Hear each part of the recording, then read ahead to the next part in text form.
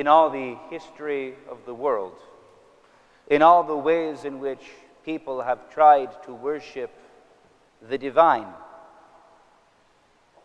there has always been an understanding, always an assumption, a presupposition that God is other, that He is distant, that He is unreachable,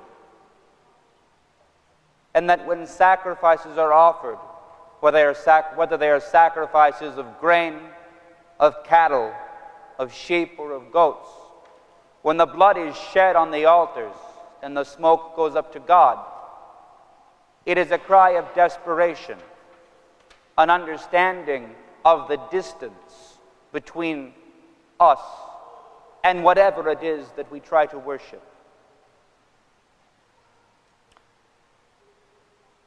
Therefore, what we do today is the more miraculous, the more transcendent, because today God is not distant. I was reflecting in the course of the procession what an awe-inspiring reality to hold aloft the body of God. And yet this is not a strange thing. For a priest, we do this every time we celebrate the liturgy. And yet, the familiar becomes the forgotten. Let us not forget today.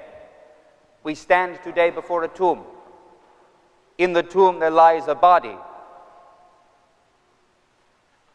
The body of one who calls himself the Son of God. In 2 days, the tomb will be empty. But the message is and must be a matter of awe to our minds and to all our understanding. Christ is in our midst.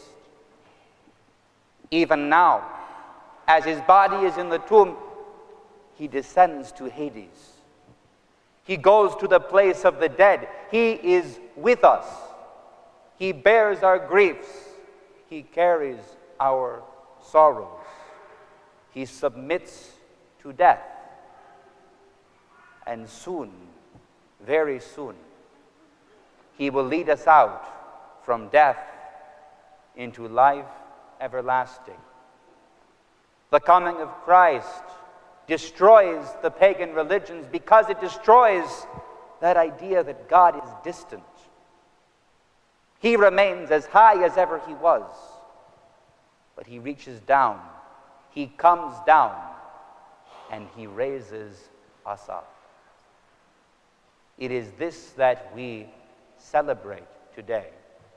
And at this moment, as we lay the body of God in the tomb, our weeping begins to turn to joy.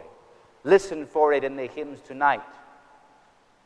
They are not hymns of mourning. They are hymns of meditation and of awe and of cautious, careful, scarcely believed, and overwhelming joy. Kali Anastasi, Seolosas. We will see you this evening. Amen.